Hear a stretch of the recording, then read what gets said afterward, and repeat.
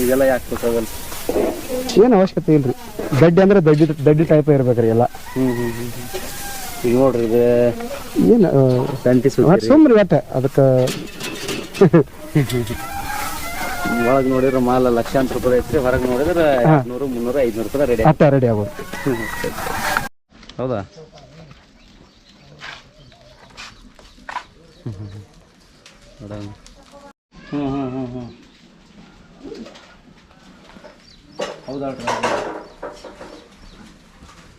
ಹೌದಲ್ರಿ ಹಬ್ಬಕ್ಕೆ ಇದು ಒಂದು ಮತ್ತೆ ರೀಸನ್ ಏನಾಗೈತೆ ಅಂತಂದ್ರೆ ಈಗ ಮಾರ್ಕೆಟಿಂಗ್ ರೀ, ಬಕ್ರಿ ಹಬ್ಬನ ಮಾರ್ಕೆಟಿಂಗ್ ಯಾಕೆ ಕೆಡವಾತಾರು, ಏನ್ ಕಾರಣ? ಈಗ ಹಿಂದೂನೇ ಇರ್ಲಿ ಮುಸ್ಲಿಮ ಇರ್ಲಿ, ಇಲ್ಲಿ ಜಾತಿ ಸಮಸ್ಯೆ ಇಲ್ಲ, ಏನು ಅದು ವಿಚಾರ ಇಲ್ಲ. ಬರ್ತಾ ಬರ್ತಾ ಬರ್ತಾ ನಿರುದ್ಯೋಗಿಗಳ ಸಮಸ್ಯೆ ಹೆಚ್ಚಾಗತ್ತದ. ನಿರುದ್ಯೋಗಿಗಳಾಗೋದ್ರಿಂದ ನಮ್ಗೆ ಈಜಿ ಇನ್ಕಮ್ ಆಗ್ಬೇಕಪ್ಪ. ಈಗ ಮನ್ಯಾಗ ಹೆಂಗಂದ್ರೆ ರೈತಾಪಿ ಜನಗಳು ಇರ್ತಾರಲ್ಲ ರೀ, ಮನ್ಯಾಗ ಒಬ್ಬ 10th ಮುಗಿತಾ, 2nd ಇಯರ್ ಮುಗಿತಾ, ಈ ಜಾಬ್ ಏನೂ ಇಲ್ಲ, ಏನ್ ಮಾಡಪ್ಪ, ಹೊಲ್ದಾಗೂ ನಿಗಂಗಿಲ್ಲ ನಾವು, ಮತ್ತೆ ಬೇರೆ ಕಡೆ ಹೋಗಿ ಕೆಲ್ಸಕ್ಕೂ ನಿಗಂಗಿಲ್ಲ. ಅವ್ರು ವಿಚಾರ ಮಾಡ್ತಾರೋ, ಒಂದು 4 ಟಗರ್ ಮರಿ ಕೊಡ್ತೀನಿ, 4 ಮೊತ್ತ ಸಾಕು, 4 ಆಡ ಸಾಕು, ಹಿಂಗೆ ಬಂದ್ಬಿಡ್ತದ್ರಿ. ಹಿಂಗಾಗಿ ಏನು ಮಾಡ್ತಾರಂತಂದ್ರೆ ಸಾಕವ್ರ ಸಂಖ್ಯೆ ಹೆಚ್ಚಾದಾಗ ಮಾರ್ಕೆಟಿಗೆ ಬರೋ ಸಂಖ್ಯೆನೂ ಹೆಚ್ಚಾಗಿ ಬಿಡ್ತೈತ್ರಿ.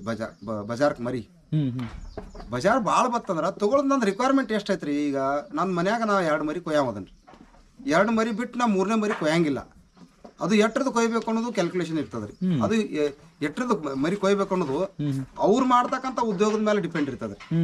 ಅವ್ರ ಆಕ್ಚುಲಿ ಹೆಂಗೈತ್ರಿ, ಅವ್ರ ಕೇಳೋದು ಒಳ್ಳೆ ರೇಟ್ಗೆ ಕೇಳ್ತಾರ್ರಿ. ನೀವು ಈಗ ನೋಡ್ರಿ, ಈಗ ನಮ್ದು ಮರಿ ರೀ ಸರ, ಒಂದು 70,000 ಈಗ ಸಿಕ್ಕಂದವ್ರು ಅವ್ರು ಕೇಳಿರ್ರಿ. ಈಗ ನಾವು ಅವ್ರಿಗೆ ಕೊಟ್ಟಿಲ್ಲ ಅಂದ್ರೆ ತಪ್ಪು ಯಾರ್ದೈತ್ರಿ? ನಮ್ದಲ್ಲ, ನಿಮ್ದು ತಪ್ಪು. ನಾಳೆ ಕಟಿಂಗ್ ಎಷ್ಟಿಗೆ ಕೊಡವ್ರಿ ನಾವು? ಕಟಕ್ರ ಅದು 600ಗೆನು ಕೇಳಂಗಿಲ್ಲ.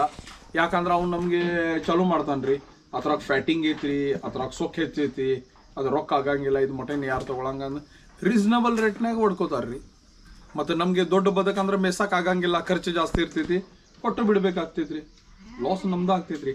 ಅದಕ್ಕೆ ನೀವು ಪರ್ಫೆಕ್ಟ್ ಕ್ಯಾಲ್ಕುಲೇಷನ್ ಹಾಕಿ ಬಕ್ರಿ ಹಬ್ಬಿಗೆ ಒಂದು ರೀಸನೇಬಲ್ ಮಾರ್ಜಿನ್ ಇಟ್ಕೊಂಡು ನೀವು ಮಾರ್ರ ಅಂದ್ರೆ ಅದಕ್ಕಿಂತ ಒಳ್ಳೆ ಬಿಸ್ನೆಸ್ ಯಾವ ಇಲ್ಲ.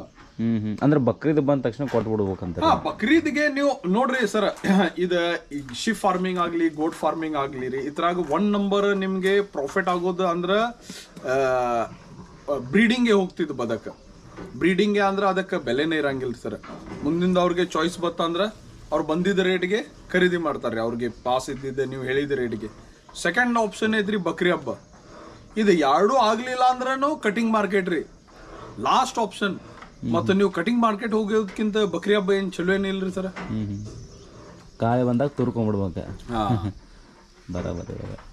ನಾತ ಈಗ ಸಮಸ್ಯೆ ಆಗಿರೋದು ಏನಪ್ಪ ಅಂತ ಎಲ್ಲರೂ ರೈತರು ಹೇಳೋದೇನಂದ್ರೆ ಸರ, ಆಲ್ಮೋಸ್ಟ್ ಒಂದು 80%, 80% ರೈತರು ಮಾರ್ಕೆಟಿಂಗ್ ಮಾಡೋ ಘನ ಒದ್ದಾಡ್ಬಿಡ್ತಾರೆ. ಯಾಕೆ ಸಿದ್ದರಾಮಯ್ಯ ಮಾರ್ಕೆಟಿಂಗ್ ಮಾಡೋ ಮುಂದ್ರೆ ಭಾಳ ಒದ್ದಾಡ್ತಾರೆ. ಫಸ್ಟ್ ಈ ಟಗರ್ ಮರಿಗಳನ್ನ ತೊಗೊಂಬರೋ ಮುಂದೆ ಖುಷಿಯಿಂದ ತೊಗೊಂಬರ್ತಾರೆ. ಆಲ್ಮೋಸ್ಟ್ ಖುಷಿಯಿಂದ ಮೇಯಿಸ್ತಾರ್ರಿ.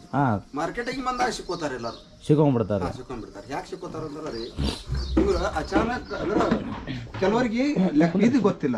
ಹೌದ್ರಿ, ಏನ್ ಗೊತ್ತಿಲ್ಲ ಅಂತಂದ್ರ ರೀ, ನಾವು ಎಟ್ಟಕ್ಕೆ ಮರಿ ತಂದಿವಿ, ಎಟ್ಟು ಕೊಟ್ಟು ಮೇಸಿವಿ, ಅದಕ್ಕೆ ನಾಳೆ ನಮ್ಗೆ ಪ್ರಾಫಿಟ್ ಎಟ್ಟು ಬೇಕು, ಆ ಕ್ಯಾಲ್ಕುಲೇಷನ್ದಾಗ ಇಟ್ಕೊಂಡ್ರೆ ನಾವು ಮಾರ್ಕೆಟಿಂಗ್ ವಿಚಾರ ಮಾಡ್ಬೇಕು. ನಾವು ಏನು ಮಾಡ್ತೀವಿ ಅಂತಂದ್ರೆ ರೀ, ಒಟ್ಟು ಹೆಚ್ಚಿನ ಲಾಭ ನೋಡಕ್ ಹೋಗ್ತೀವಿ ರೀ. ಹ್ಞೂ ರೀ, ಹೆಚ್ಚಿನ ಲಾಭ ಅಂತಂದ್ರೆ ಕ್ಯಾಲ್ಕುಲೇಷನ್ ಇಲ್ಲ, ಅದಕ್ಕೆ ಅಪೇಕ್ಷೆ ಕೊಡೋದೈತಿರಲ್ಲ, ಅದು ಹೆಚ್ಚಿನ ಲಾಭ ಅಂತಾರ. ಯಾಕಂದ್ರೆ ರೀ, ಈ ಮನುಷ್ಯಾಗ ಎಟ್ಟಿದ್ರು ಆಸೆಗೆ ಭಾಳ ಮಿತಿ ಇಲ್ಲ, ಅತಿ ಆಸೆ ರೀ, ಇನ್ನು ಎಷ್ಟು ಕೊಟ್ಟರು ಸಾಕಿಲ್ಲ. ಹಿಂಗಾಗಿ ನಾವು ಒಂದು ಕ್ಯಾಲ್ಕುಲೇಷನ್ ಇರ್ತೈತೆ ರೀ, ಅದಕ್ಕೆ ತರೋದು ಮೇಯಿಸೋದು ಇದು 2 ಖರ್ಚು, ಇನ್ನು ನಮಗೆ ಲಾಭ ಎಟ್ಟಬೇಕು. ನಾವು ಬಲ್ಕ್ನ್ಯಾಗ ಮಾಡೋದ್ರಿಂದ ಹೆಚ್ಚಿನ ಲಾಭ ಬರ್ತದೆ ರೀ. 1-2 ಮಾಡೋದ್ರಿಂದ ಇವ್ರು ಏನು ಮಾಡ್ತಾರಂದ್ರೆ ಒಂದು ಸಿಸ್ಟಮ್ ಐತೆ ರೀ ಇದು, ಅಂದ್ರೆ ಬಲ್ಕ್ನ್ಯಾಗ ಮಾಡಬೇಕು, ಮಾರ್ಜಿನ್ ಕಡಿಮೆ ಬಿಡಬೇಕು. ಅಂದಾಗ ನಮ್ದು ಮಾಲು ಸೇಲ್ ಆಕತಿ, ನಮ್ಗೆ ಲಾಭಾಂಶನೂ ಹೆಚ್ಚಾಕತಿ. ಈಗ ಒಂದು ಮನುಷ್ಯ 100 ಮರಿ ಸಾಕ್ತಾನೆ ರೀ, 100 ಮರಿ ಸಾಕಾಕ ನಮಗೇನು ಅಷ್ಟು ಹೆಚ್ಚಿನ ವರ್ಕ್ ಬೆಳಂಗಿಲ್ಲ, ಆರಾಮಾಗಿ ಈಸಿಯಾಗಿ ಸಾಕ್ಬೋದು.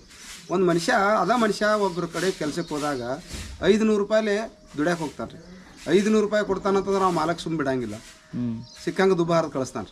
ಹೌದು. ಇಲ್ಲಿ ಕುತ್ಕೊಂಡು ನೀವು ಒಂದು 100 ಮರಿ ಸಾಕ್ರಿ, 1,000 ರೂಪಾಯಿ ಅಪೇಕ್ಷೆ ಪಟ್ರಲ್ಲ, 1,000 ರೂಪಾಯಿ ಅಪೇಕ್ಷೆ ಪಟ್ರ ನೀವು ಒಂದು 365 ದಿನ ಒಂದು ಬಕ್ರಿ ಹಬ್ಬ ಪಾರ ಬೇಕಾದ್ರೆ 365 ದಿನ 3,65,000 ರೂಪಾಯಿ ಸಿಕ್ಕ್ರ ತಿಂಗಳಿಗೆ ಎಷ್ಟು ಆತ್ರಿ ಪೇಮೆಂಟ್? 30,000 ರೂಪಾಯಿ ಪೇಮೆಂಟ್ ಆಯ್ತು.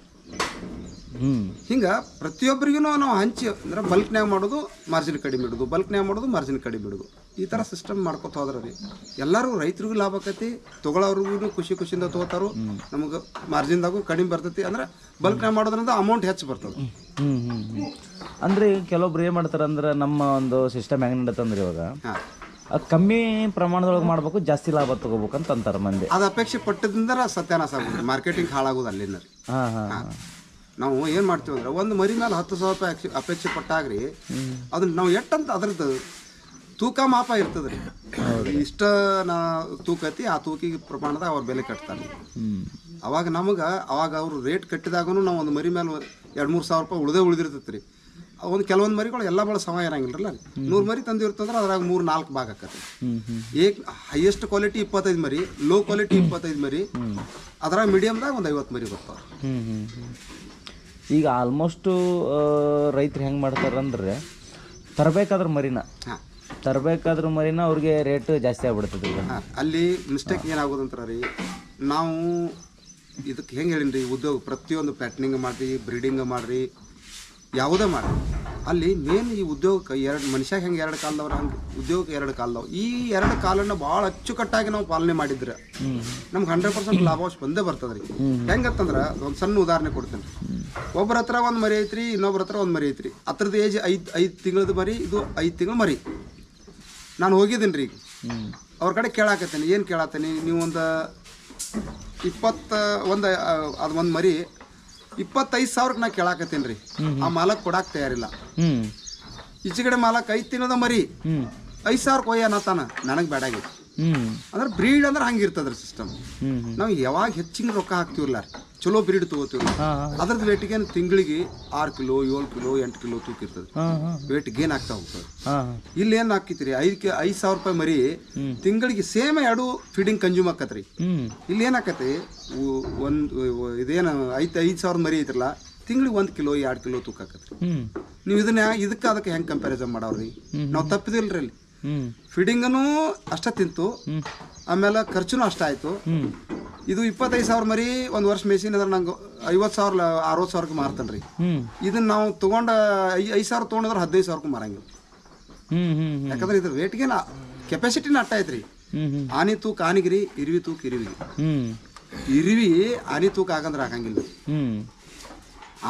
ಆನಿನ ರೀ ಅಂದ್ರೆ ಅದ್ರ ಬ್ಲಡ್ ಲೈನ್ ನೋಡ್ಕೊಂಡು ನಾವು ಅದ್ರದ್ದು ನಾಲೆಜ್ ತಗೊಂಡನ್ನ ಮರಿ ಖರೀದಿ ಮಾಡ್ಬೇಕು ಹಂಗಂತ್ರಿ. ಮತ್ತೆ ಸರ್ ಏನೈತ್ರಿ, ಒಂದು ಮೇನ್ ಮೋಸ್ಟ್ ಇಂಪಾರ್ಟೆಂಟ್ ಪಾಯಿಂಟ್ ಅಂದ್ರೆ ಬಕ್ರಿ ಈದ್ಗೆ ಲಿಮಿಟೇಷನ್ ಐತ್ರಿ. ಬಕ್ರಿ ಹಬ್ಬಗೆ ಬದಕ್ ಸೇಲ್ ಆಗಾಕ ಒಂದು ಲಿಮಿಟ್ ಐತ್ರಿ. ಅದ ಲಿಮಿಟ್ಗಿಂತ ಹೆಚ್ಚು ನೀವು ಬದಕ್ ಬತ್ತು ತಿಳ್ಕೊರಿ, ಕನ್ಫರ್ಮ್ ಪ್ಯಾಟಿ ಡೌನ್ ಆಗೋದು ರೀ. ಅಂದ್ರೆ ಹೆಂಗಂತಾರ ಲಿಮಿಟ್ ಅಂತಾರ ನೀವು? ಸರ್ ಹೆಂಗೈತ್ರಿ, ಮುಸ್ಲಿಮ್ಸ್ ಜನಸಂಖ್ಯೆ, ಮುಸ್ಲಿಮ್ಸ್ ಫೈನಾನ್ಷಿಯಲ್ ಕಂಡೀಷನ್, ನಡಿಯಂತಾವ್ದ ಮಾರ್ಕೆಟ್ ಸಿಚುವೇಶನ್, ಇದು ಎಲ್ಲಾ ಡಿಪೆಂಡ್ ಆಗ್ತೈತ್ರಿ ಬಕ್ರಿ ಹಬ್ಬ ಮೇಲೆ. ಯಾಕಂದ್ರ ಮುಸ್ಲಿಮ್ಸ್ ಮಂದಿ ಏನು ಜಾಬ್ದವ್ರಿಲ್ಲ, ಗೌರ್ಮೆಂಟ್ ಪೇಮೆಂಟ್ದವ್ರಿಲ್ಲ, ಏನಿಲ್ಲ. ಅವ್ರ ನಡೆಯೋದೆಲ್ಲ ಅಂದ್ರೆ ಬಿಸಿನೆಸ್, ಸಣ್ಣ ಪುಟ್ಟ ಬಿಸಿನೆಸ್ ಹೆಂಗಿರ್ತೈತ್ರಿ ಸರ್, ನಿಮ್ದ ಏನಂತಾರ ಅದಕ್ಕ ಮಾರ್ಕೆಟ್ ಹೆಂಗ್ ನಡೆದೈತ್ಲ ಆಲ್ ಓವರ್ ಇಂಡಿಯಾ, ಅತರ್ದ ಡಿಪೆಂಡ್ ಆಗ್ತೈತ್ರಿ ಬಿಸಿನೆಸ್ ಮೇಲೆ. ಮತ್ ಅದ್ರಾಗ ಹೆಂಗೈತ್ರಿ, ಮಾರ್ಕೆಟ್ ಚಲೋ ನಡೀತ ಅಂದ್ರ ಬಕ್ರಿ ಹಬ್ಬ ಚಲೋ ಆಗ್ತೈತ್ರಿ. ಯಾಕಂದ್ರ ಜನರ ಕಡೆ ರೊಕ್ಕ ಇದ್ದು ಅಂದ್ರ ಅವ್ರ ಖರ್ಚು ಮಾಡಾಕ ಹಿಂದ ಮುಂದ ನೋಡಂಗಿಲ್ರಿ. ಮಾರ್ಕೆಟ್ ಡೌನ್ ಇತ್ತಂದ್ರ ಜನರ ರೊಕ್ಕ ಎಲ್ಲಿಂದ ತರವ್ರಿ? ಈಗ ತಿಳ್ಕೊರಿ, ಡೌನ್ ಇತ್ತಂತ ಬಿಸಿನೆಸ್ ಇದು ಎಲ್ಲಾ ನಮ್ದು ಮಾರ್ಕೆಟ್ ಮೇಲೆ ಡಿಪೆಂಡ್ ಆಗ್ತೈತ್ರಿ. ನಮ್ ಆಲ್ ಓವರ್ ಇಂಡಿಯಾದ ಶೇರ್ ಮಾರ್ಕೆಟ್ ಐತಲ್ಲ, ಟೋಟಲ್ ಮಾರ್ಕೆಟ್ ಅದರ ಮೇಲೆ ಇಫೆಕ್ಟ್ ಆಗ್ತೈತ್ರಿ ಬಕ್ರಿ ಹಬ್ಬದ. ಇದು ಯಾರು ತಿಳ್ಕೊಳಂಗಿಲ್ಲ. ಇವ್ರ ಏನ್ ತಿಳ್ಕೊತಾರ್ರಿ ಉಳ್ಕಿದವ್ರ, ಈ ವರ್ಷ ಏನ್ ಆಗಿಲ್ಲ ಎಲ್ಲ all over India business condition ಹಂಗಿತ್ತಂದ್ರ ಅದರದ ಹೊರತು ಬಕ್ರಿ ಹಬ್ಬಗೆ ಬರೋದಿಲ್ಲ.